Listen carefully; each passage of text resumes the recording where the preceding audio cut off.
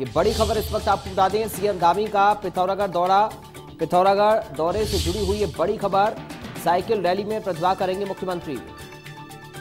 आजादी के अमृत महोत्सव के तहत ये कार्यक्रम होगा। विकास योजनाओं का शिलान्यास और लोकार्पण करेंगे सीएम धामी। पार्टी पदाधिकारियों कार्यकर्ताओं से भेंट करेंगे सीएम धामी। खटीमा में रात्रि विश्राम करेंगे मुख्यमंत्री। पुष्कर सिंह धामी के दौरे से जुड़ी हुई ये बड़ी खबर इस वक्त आपको बता दें। मुख्यमंत्री धामी का पिथौरागढ़ का दौरा, साइकिल रैली में प्रतिभाग करेंगे सीएम धामी। ये बड़ी खबर इस वक्त आपको बता रही हैं। सीएम धामी पिथौरागढ़ के दौरे पर रहेंगे। आजादी के अमृत महोत्सव के तहत कार्यक्रम होगा। इस कार्यक्रम में शिरकत करेंगे मुख्यमंत्री। विकास योजनाओं का लोकार्पण और शिलान्यास करेंगे मुख्यमंत्री पुष्कर सिंह धामी। पार्टी पदाधिकारियों और कार्यकर्ताओं से भेंट का कार्यक्रम भी है सीएम का।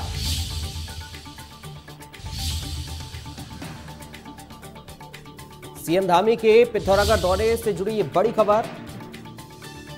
साइकिल रैली में प्रतिभाग करेंगे मुख्यमंत्री पुष्कर सिंह धामी। आजादी के अमृत महोत्सव के तहत कार्यक्रम आयोजित होगा। इस कार्यक्रम में शिरकत करेंगे। विकास की योजनाओं का लोकार्पण और शिलान्यास करेंगे मुख्यमंत्री पुष्कर सिंह धामी। ये बड़ी खबर इस वक्त आपको बता रही है। बड़ी जानकारी सीएम धामी के पिथौरागढ़ दौरे से जुड़ी हुई है इस वक्त की बड़ी खबर। साइकिल रैली में प्रतिभाग करेंगे मुख्यमंत्री पुष्कर सिंह धामी।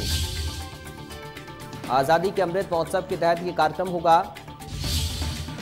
विकास योजनाओं का लोकार्पण और शिलान्यास करेंगे पुष्कर सिंह धामी। ये बड़ी खबर इस वक्त आपको बता रही है।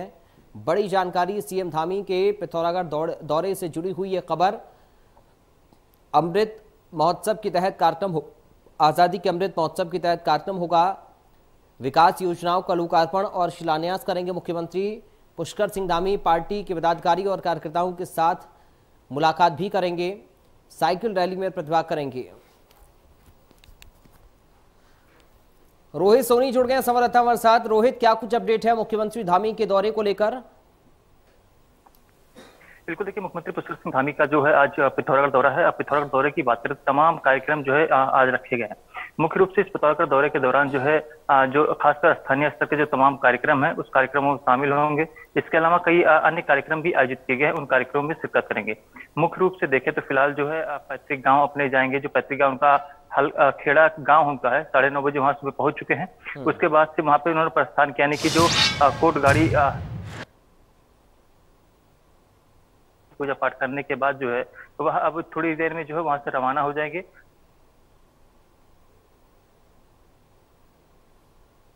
तहत एक साइकिल रैली का शुभारंभ किया जाना है। उसमें मुख्यमंत्री पुष्कर सिंह धामी पहुंचेंगे और साइकिल रैली का जो है वो शुभारंभ करेंगे। इसके बाद से जो है फिर हवाई अड्डा पहुंचेंगे, नैनीतानी हवाई अड्डा पहुंचेंगे। वहां से फिर डीआरडीओ के गेस्ट हाउस में जाएंगे, जहां तमाम विकास कार्यों की योजनाओं का शुभारंभ करेंगे। इसके अलावा फिर करीब 3 से 3:30 बजे के आसपास भाजपा कार्यालय में जो है पहुंचेंगे, जो जिला स्तरीय कार्यालय है वहां पिथौरागढ़ के पहुंचेंगे और जहां वो है कार्यकर्ताओं से मुलाकात करेंगे और तमाम उनसे बातचीत करेंगे। इसके अलावा फिर जो है सादा सत्संग भवन यानी खटीमा पहुंचेंगे और खटीमा पहुंचने के बाद रात्रि विश्राम खटीमा में ही करेंगे और फिर कल जो है चंपावत के लिए रवाना हो जाएंगे। फिलहाल चर्चा यही है और ऐसा कह सकते हैं फिलहाल जो कार्यक्रम रखे गए काफी महत्वपूर्ण कार्यक्रम भी है, क्योंकि सुबह से उनका दौरा शुरू हो गया है और लगातार कार्यक्रमों का दौर है कि अमृत महोत्सव के तहत बीजेपी प्रदेश भर में तमाम कार्यक्रमों को आयोजित कर रही है। इसी क्रम में जो है धारचूला में भी एक साइकिल रैली निकाली जा रही है, जिसमें मुख्यमंत्री पुष्कर सिंह धामी जिसका शुभारंभ करेंगे और उस कार्यक्रम में शामिल होने के बाद जो है अन्य कार्यक्रम की ओर रुख करेंगे। जी रोहित, पार्टी के पदाधिकारी और कार्यकर्ताओं से जब मुलाकात होगी तो क्या बातचीत उसमें रहने वाली है? बिल्कुल, देखिए पार्टी पदाधिकारियों से जो मुख्य रूप से फिलहाल जो एजेंडा रहेगा कि 2024 को लेकर के भी जो है पार्टी इस सबसे दमखम से तैयारियों में जुटी हुई है। इसके अलावा भी उपचुनाव भी है, तो उपचुनाव को लेकर के तो चंपावत विधानसभा सीट में उपचुनाव होना है तो उसका खास असर नहीं पड़ेगा। लेकिन इसके अलावा 2024 के मद्देनजर भी भाजपा संगठन जो है अभी से अपनी तैयारियों में जुट गई, क्योंकि संगठन हमेशा पार्टी यही करती रहती है कि एक चुनाव संपन्न होने के बाद आगामी चुनाव के मद्देनजर अपनी कसरत जो है करना शुरू कर देती है। इसी क्रम में भाजपा भी लगातार इस तरह से पदाधिकारी मांग कर रहे थे, मुलाकात की चर्चाएं थी, तो उसी क्रम में पिथौरागढ़ पहुंच रहे हैं और उन जिला संगठन के तमाम पदाधिकारी हैं उन पदाधिकारियों से बातचीत करेंगे, उनसे मुलाकात करेंगे और कुछ रणनीतियों पर चर्चा करेंगे, क्या कुछ योजनाएं और संचालित की जा सकती है क्षेत्र में। इन सब चीजों को लेकर तमाम मुद्दों, खासकर विकास के मुद्दों को लेकर के बातचीत की जाएगी। जी, विकास की कौन सी प्रमुख वो योजनाएं हैं जिनका लोकार्पण और शिलान्यास आज करने वाले हैं सीएम धामी? रोहित, बिल्कुल, देखिए एक गेस्ट हाउस है, उस गेस्ट हाउस में कुछ शिलान्यास किया जाना है कार्यक्रम या नए भवन का संबंधित से कुछ भवन है उसका शिलान्यास किया जाना है। इसके अलावा कुछ खास महत्वपूर्ण कार्यक्रम ऐसा नहीं शिलान्यास का किया जाना हो, लेकिन फिलहाल जो यह दौरा है इस वजह से काफी महत्वपूर्ण माना जा रहा है, क्योंकि मुख्यमंत्री अब चुनाव भी है, उपचुनाव है, इसको लेकर के वो लगातार उनका भ्रमण कार्यक्रम जारी है। क्योंकि पीछे कुछ दिनों पहले ही वह खटीमा गए थे, खटीमा चंपावत गए थे, चंपावत टनकपुर तमाम जगह पर उन्होंने रैलियां भी की थी। रैलियां करने के बाद अभी वापस कल देहरादून पहुंचे, फिर दिल्ली रवाना हो गए थे, दिल्ली भी रहे और उसके बाद फिर अब देहरादून पहुंचने के बाद पिथौरागढ़ जा रहे हैं। तो ऐसे फिलहाल उनका जो दौरा है लगातार जारी है, तो इसको लेकर के भी तमाम चर्चाएं अटकलें लगाई जा रही है कि चंपावत में उपचुनाव भी है। इसको लेकर के मुख्यमंत्री काफी सक्रिय नजर आ रहे हैं, लगातार दौरे कर रहे हैं। चलिए, बहुत शुक्रिया आपका रोहित सोनी, तमाम जानकारी और इस पूरी बातचीत के लिए। फिलहाल बढ़ते हैं आगे। चारधाम में श्रद्धालुओं की मौतों का सिलसिला लगातार बढ़ता जा रहा है। हृदय गति रुकने से श्रद्धालुओं की मौतों का सिलसिला जारी है। चारों धामों में 75 श्रद्धालुओं की मौत अब तक हो चुकी है। यमुनोत्री में 20 श्रद्धालुओं की मौत हो चुकी है। गंगोत्री में 4 श्रद्धालुओं की मौत हो चुकी है। केदारनाथ धाम में 34 श्रद्धालुओं की मौत हो चुकी है। बद्रीनाथ धाम में 12 श्रद्धालुओं की मौत अब तक हो चुकी है। कुल मिलाकर 75 तक ये आंकड़ा पहुंच गया। ऋषिकेश में 5 श्रद्धालु अपनी जान गंवा चुके हैं। तो ये बड़ी खबर आपको बता रही है, लगातार आंकड़ा बढ़ता जा रहा है मृत्यु का। चारधाम में श्रद्धालुओं की मौत का आंकड़ा बढ़ता जा रहा है।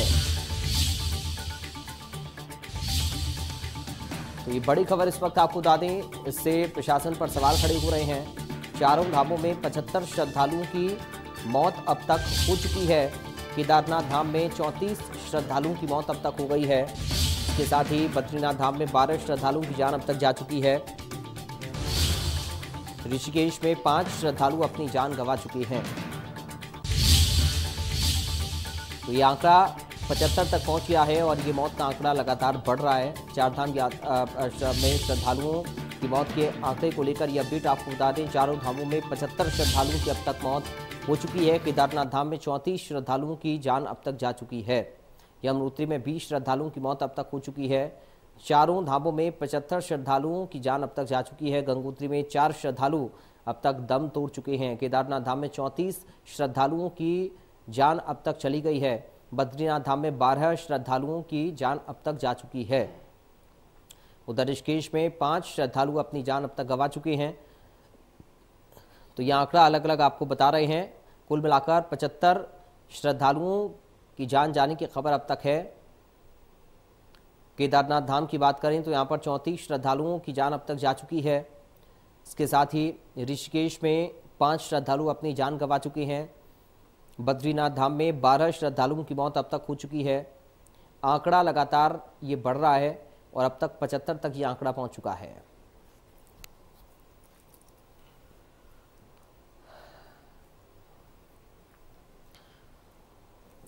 तो ये ताज़ा अपडेट इस वक्त आपको बता रही हैं।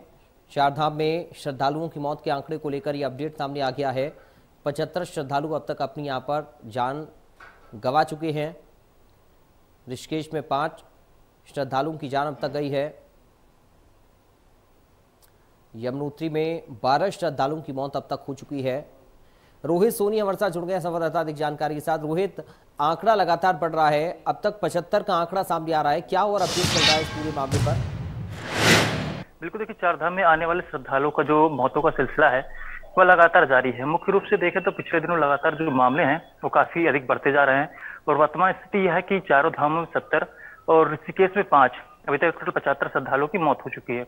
कुल मिलाकर राज्य सरकार लगातार व्यवस्थाओं का हवाला दे रही है कि हमारे पास तमाम व्यवस्था मुकम्मल है, लेकिन धरातल पर जो व्यवस्थाएं दिखनी चाहिए वह कहीं दिखाई देती नजर नहीं आ रही है। यही वजह है कि लगातार जो मौतों का सिलसिला है वह बढ़ता जा रहा है। तो वर्तमान समय में अगर बात करें तो चारों धामों में जो आंकड़ा है वो 70 तक पहुंच गया है और मुख्य रूप से केदारनाथ धाम में जो है रिकॉर्ड तोड़ जो है मौतों का सिलसिला जारी है। वर्तमान समय की अगर हम बात करें तो केदारनाथ धाम में सिर्फ 34 लोगों की मौत हो चुकी है। बद्रीनाथ धाम में 12, गंगोत्री में 4 और यमुनोत्री धाम में 20 लोगों की मौत हो चुकी है। कुल मिलाकर कहे तो लगातार जो मौतों का सिलसिला वो बढ़ता जा रहा है। ऐसे में कहने की राज्य सरकार के लिए बड़ी चुनौती बन गई है। जी, सवाल लगातार प्रशासन को लेकर भी रोहित खड़े हो रहे हैं। बिल्कुल, देखिए शासन को लेकर सवाल खड़े होने लाजमी है, क्योंकि राज्य सरकार को पहले ही से पता था कि 2 साल तक को जो है वैश्विक महामारी कोरोना संक्रमण की वजह से चारधाम की यात्रा सही रूप से चल नहीं पाई थी। लिहाजा इस साल यानी कि इस साल जो है चारधाम की यात्रा में श्रद्धालुओं की भारी भीड़ एकत्र होगी। राज्य सरकार को इस बात पहले ही इल्म था, बावजूद इसके जो है उस व्यवस्था उस वक्त मुकम्मल नहीं कराएगी, ताकि अगर भीड़ एकत्र होती है यानी एक भारी संख्या में श्रद्धालु चारधाम के लिए आते हैं तो उनके लिए पर्याप्त व्यवस्थाएं मुकम्मल हो। लेकिन ऐसा ना हो सका। जो स्थिति है, अगर शुरू से ही बात करें तो राज्य सरकार लगातार दावा यही बात का हवाला दे रही है कि हमारे पास पर्याप्त व्यवस्था थी, लेकिन एक अचानक भीड़ आने की वजह से जो है जो व्यवस्था हमारी थी पटरी से उतर गई। लेकिन हकीकत यही है कि राज्य सरकार लगातार इस बात दावा तो कर रही है, लेकिन जमीनी हकीकत यह है कि वहां अभी भी जो है स्वास्थ्य कर्मियों की कमी है। लगातार स्वास्थ्य कर्मी जिनको वहां भेजे जा रहे हैं वहां तैनात नहीं हो रहे हैं। और आलम यह है कि लगातार इस तरह से ऑक्सीजन सिलेंडरों की हम बात करें, वहां पहुंचा तो दी, लेकिन इसमें ऑपरेटर करने वाले कर्मचारी नहीं है। तो कुल मिलाकर यही इसकी स्थिति यही बनी हुई है कि फिलहाल चारधाम यात्रा पर जो यात्रालु आ रहे हैं और खासकर श्रद्धालुओं को अपने खुद सुरक्षा का ख्याल रखना होगा, अपने स्वास्थ्य का ख्याल रखना होगा और मुख्य रूप से उनमें इस बात कोशिश भी करनी होगी कि अगर उन्हें कुछ सिम्टम्स आते हैं या बीमारी से हालत बनते हैं तो तत्काल प्रभाव से जो स्वास्थ्य केंद्र बनाए गए हैं वहां पर जाकर के संपर्क करें या फिर अपनी यात्रा को जो स्थगित कर दें। तो फिलहाल अभी चारधाम यात्रा को लेकर व्यवस्था थोड़ी मुकम्मल होनी शुरू हो गई है और उम्मीद यही की जा रही है कि आने वाले समय में यानी कि बरसात के सीजन में चारधाम की यात्रा थोड़ी कम हो जाती है, यानी कि संख्या जो है आने वाले श्रद्धालु कम हो जाती है, उस दौरान तमाम व्यवस्थाओं को और मुकम्मल कराया जाएगा।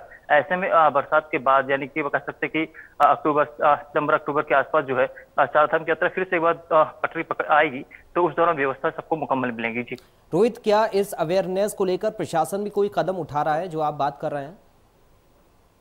बिल्कुल, देखिए जिला प्रशासन, मुख्यमंत्री धामी समेत तमाम कैबिनेट मंत्री और स्वास्थ्य के अधिकारी भी इस बात कोशिश कर रहे हैं और जनता से अपील कर रहे हैं कि चारधाम में जो भी यात्री आ रहे हैं वो तमाम सावधानियां बरतें और मुख्य रूप से स्वास्थ्य केंद्र में इस बात जानकारी मिल पाती है कि अचानक जो भी तो मौतें हुई हैं उसमें यही कहा गया है कि जो अचानक यानी हेलीकॉप्टर से उतरती है तो उनकी मौत हो गई है या फिर चढ़ाई चढ़ते के दौरान ही उनकी मौत हो गई।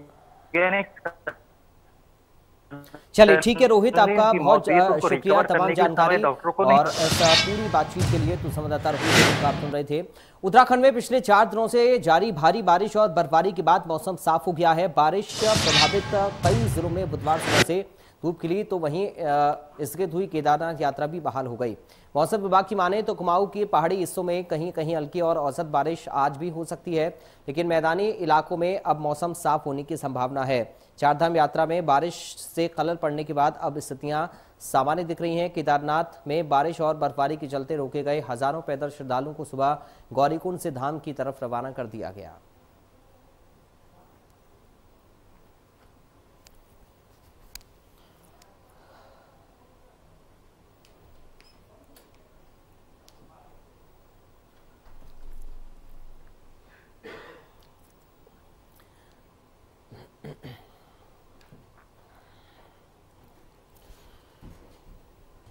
तो धाम में धूप खिलने से मौसम थोड़ा सुहावना हुआ है। बर्फबारी के कारण यात्रा को स्थगित किया गया था, लेकिन एक बार फिर से यात्रा बहाल हुई है और श्रद्धालुओं को आगे रवाना भी किया गया है। पूर्व केंद्रीय मंत्री और हरिद्वार सांसद रमेश पोखरियाल निशंक ने सीसीआर भवन में जिला विकास समन्वय और निगरानी समिति की बैठक की। इस दौरान बैठक में कई अधिकारी मौके से नदारद नजर आए। केंद्र सरकार की जिले में चल रही विकास कार्यों की समीक्षा की और बैठक के दौरान उचित जवाब नहीं देने पर सांसद निशंक ने कई अधिकारियों को मौके पर फटकार भी लगाई। मौके पर सांसद ने कहा कि जिले में केंद्र सरकार की संचालित योजनाओं के क्रियान्वयन में हरिद्वार अव्वल स्थान पर है। जिले में सफाई व्यवस्था बनाने के लिए एक समिति का गठन किया जाएगा, जिसमें जिला स्तर के अधिकारी शामिल होंगे।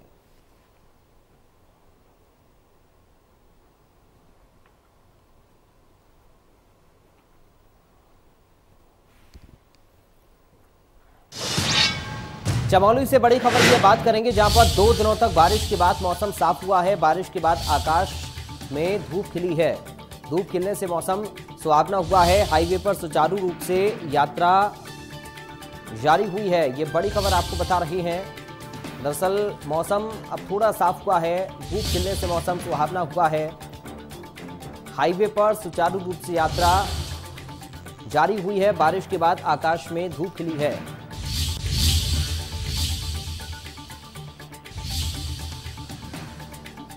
दो दिनों से बारिश के बाद मौसम सुहावना हुआ। ये बड़ी खबर चमोली से इस वक्त आपको बता दें।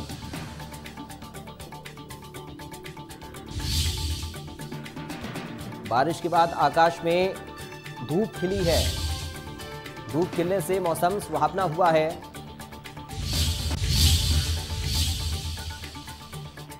ये बड़ी जानकारी इस वक्त चमोली से आपको बता दें। 2 दिनों से बारिश हो रही थी और उसके बाद आज मौसम थोड़ा साफ हुआ है।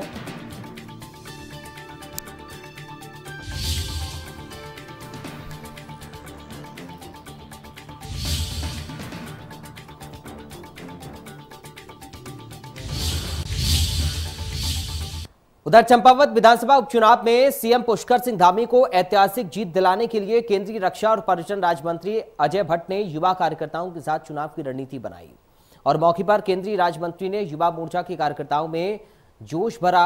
बीजेपी जिला अध्यक्ष मोहित पाठक की अध्यक्षता में रखे गए संवाद कार्यक्रम में उन्होंने कहा कि सीएम धामी जैसा कर्मठ युवा सीएम मिलना पूरे उत्तराखंड के लिए गौरव की बात है। उन्होंने युवा कार्यकर्ताओं से कहा कि गांव गांव हर घर जाकर सीएम धामी के लिए वोट मांगें। केंद्रीय रक्षा मंत्री ने कहा कि चुनाव के दिन बुजुर्ग लोगों को मतदान स्थल तक लाएं। उन्होंने आगे कहा कि खटीमा की जनता सीएम धामी को हराकर पछता रही है। चंपावत की जनता भाग्यशाली है जो उन्हें सीएम धामी जैसा हीरा मिलने जा रहा है।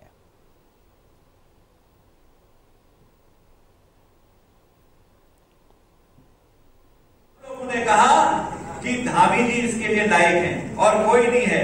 नरेंद्र मोदी जी ने और नड्डा जी ने उसको मोहर लगाई, हमारे गृह मंत्री जी ने मोहर लगाई, कहा ये सौम्य युवक है।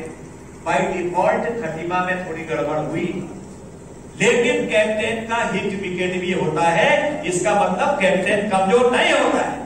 उनके गुणों के खातिर, उनके त्याग के खातिर, उनके राष्ट्र प्रेम के खातिर आज देश भर के युवा मोर्चा के लोग धामी जी को जानते हैं। देश कर्नल कोठियाल ने बीजेपी का दामन थामा है। उपचुनाव से पहले कोठियाल बीजेपी में शामिल हो गए हैं। आम आदमी पार्टी के सीएम पद के उम्मीदवार रही हैं कर्नल कोठियाल। उपचुनाव में बीजेपी को इससे फायदा होने की उम्मीद है। ये बड़ी खबर आपको बता दें, बड़ी और अहम जानकारी। भारतीय जनता पार्टी में कर्नल कोठियाल शामिल हो गए हैं। आम आदमी पार्टी का सीएम फेस रहे कर्नल कोठियाल ने बीजेपी का दामन थाम लिया है। मुख्यमंत्री पुष्कर सिंह धामी की मौजूदगी में पार्टी उन्होंने ज्वाइन की। ये तस्वीर आप देखिए, कल की तस्वीरें हम आपको दिखा रहे हैं जब party join colonel Ajay Kothiyal कर रहे थे। मदन कौशिक इस दौरान मौजूद रहे। आम आदमी पार्टी का सीएम फेस रहे हैं कर्नल अजय कोठियाल। भारतीय जनता पार्टी में वो शामिल हो गए हैं।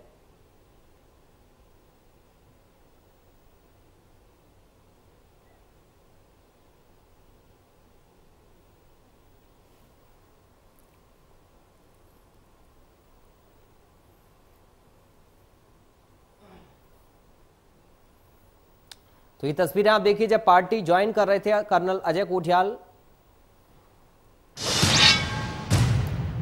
पौड़ी में कैबिनेट मंत्री डॉक्टर धन सिंह रावत की अध्यक्षता में विकास भवन सभागार में समीक्षा बैठक आयोजित की गई। उद्यान विभाग, कृषि, जलागम, उप निबंधक और सहकारिता विभागों के अधिकारियों के साथ कैबिनेट मंत्री ने समीक्षा बैठक की। उन्होंने अधिकारियों को निर्देश देते हुए कहा कि अपने अपने विभागों की संचालित योजनाओं से लोगों को लाभान्वित करें, जिससे समय से स्वरोजगार कर अपनी आर्थिक स्थिति को मजबूत बना सकें।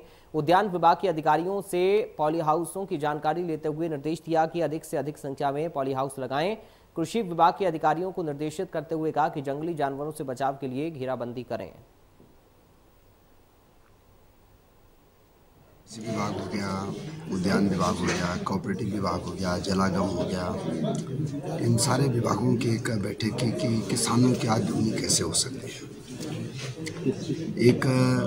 100 हम लोग सेब के बगीचे लगाना चाहते हैं। दूसरा, गांव में जो लोग किसानी कर रहे हैं तो वहाँ बंदरों की दिक्कत है, तो वहाँ घेरबाड़ कैसे हो सकती है। ये सारे विषयों पे चर्चा आज की गई है और मैं कह सकता हूँ कि सरकार का टारगेट ये है कि किसानों की आय दुगनी हमको करनी है और उसके लिए एलाइड विभागों के एक जिलाधिकारी जी हर महीने एक बैठक कर दे रही है। पौड़ी के सियूसी और सतपुली में प्रस्तावित झीलों के प्रारंभिक कार्यों के लिए शासन से मिले 30 लाख रुपए उपयोग नहीं होने के कारण सिंचाई विभाग ने सरेंडर कर दिया है। पर्यटन और सिंचाई मंत्री सतपाल महाराज ये बात मानने को तैयार नहीं है। टूरिस्ट सर्किट निर्माण के तहत बनने वाली ये झीलें पर्यटन और सिंचाई विभाग में फकत कंसेप्ट नोट नहीं बन पाने के कारण लटकी हुई हैं। ऐसे में कैबिनेट मंत्री के अपने ही गृह जनपद में अपने ही विभागीय योजनाओं का पैसा यूज नहीं होने की बजाय अधिकारी सरेंडर कर रहे हैं। तो ऐसे में मंत्री का इससे इनकार करना उनके दावों की हकीकत खोल रहा है। अभी सियूसी और सतपुली 2 जलाशय निर्माण के संबंध में प्रारंभिक कार्यों के लिए शासन से 20 और 10 लाख की धनराशि मुक्त हुई थी। 30 लाख चूंकि हमें पर्यटन से कोई कंसेप्ट नोट नहीं प्राप्त हुआ, इसलिए वो धनराशि भी हम लोग सरेंडर कर दिया। जैसे ही पर्यटन विभाग से कॉम्प्रिहेंसिव कंसेप्ट नोट प्राप्त होता है, उक्त प्रोजेक्ट की वित्तीय और प्रशासनिक स्वीकृति के लिए शासन को प्रेषित कर दिया जाएगा। नहीं, सरेंडर नहीं किया गया है, वो झील बन रही है, आप चिंता ना करें।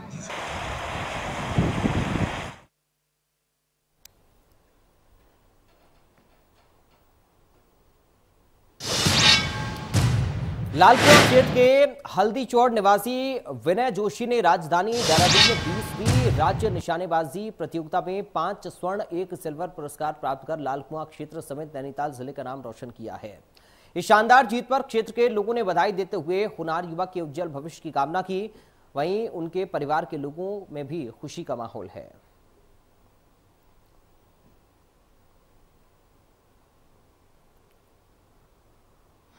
मेरा नाम विनय जोशी है। मैं 19 वर्ष का हूँ और मैं हल्दीचौड़ क्षेत्र का निवासी हूँ। मैं शूटिंग करता हूँ, 10 मीटर एयर पिस्टल शूटिंग और 50 मीटर और 25 मीटर फायर आर्म्स भी चलाता हूँ मैं। और मेरे अभी स्टेट में 5 गोल्ड मेडल थे और 1 सिल्वर मेडल था। मैंने नेशनल खेला है, 2 नेशनल खेले हैं और मैं इंडिया शूटिंग टीम्स के ट्रायल्स दे रहा हूँ और मेरे इंटरनेशनल ट्रायल्स में भी चयन। पहाड़ी जनपदों में ऑनलाइन शॉपिंग में लोगों की खरीद के बढ़ते क्रेज के कारण बाजार में उपभोक्ताओं की आमद कम होने से शहर की दुकानों में खरीदारी पर खासा असर देखने को मिल रहा है। अल्मोड़ा शहर में जब से ऑनलाइन का पैटर्न बढ़ने के चलते बाजार पर इसका व्यापक असर दुकानदारों की कमाई पर पड़ने लगा है, जिससे व्यापारी परेशान नजर आ रहे हैं। अल्मोड़ा व्यापार मंडल के अध्यक्ष का कहना है कि ऑनलाइन से लोग अपनी जरूरत की वस्तुओं को मंगा रहे हैं और बाजार में व्यापारी खाली हाथ बैठे हैं, जिससे व्यापार मंदी के कगार पर है।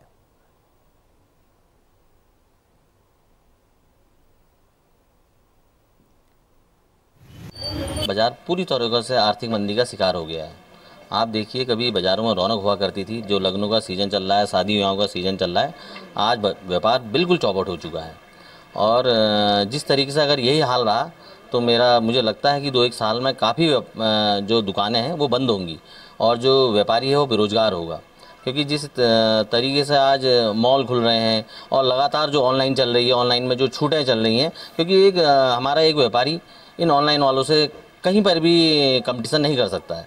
अगर देखा जाए डेली तो 1000 से 1200 पार्सल आते हैं, ऑफ सीज़न में ये 700-800 ऐसे आते हैं और एवरेज जो है वो 1000-1200 तो आता ही है। इस टाइम जब त्यौहार का सीज़न आता है इसमें आता है 1500-1600 के बीच आता ही है। तो पर डे का हमारा ये है, एवरेज जो है वो 1000 से 1200 का लोड आता है हमारे ऑफिस इसमें कुरियर डिलीवरी में। बस डिफरेंस यही है कि एक तो क्या है कि होम डिलीवरी हो जाती है, कस्टमर को घर में ही मिल जाता है कि उनको कहीं जाने का वो नहीं मिलता है।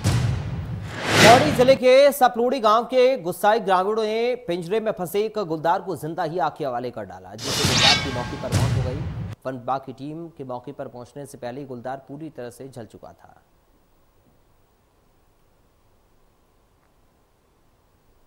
सपलोड़ी गांव है एक पावो के पास, उसमें एक महिला की बाघ द्वारा मृत्यु की सूचना मिली थी। तो उसमें कार्रवाई करते हुए पिंजड़ा लगाने की, ट्रंकलाइज करने की और बाघ को पकड़ने के लिए सैंक्शन मांगी गई थी और उसके अनुसार कार्रवाई भी की गई थी। सुबह के टाइम जब सूचना मिली कि पिंजड़े में बाघ कैद हो गया है, उसको पकड़ने के लिए या वहाँ से हटाने के लिए जब वन विभाग की टीम मौके पर पहुँची तो उसका ग्रामीणों ने प्रतिरोध किया। कोई कार्रवाई नहीं करनी थी और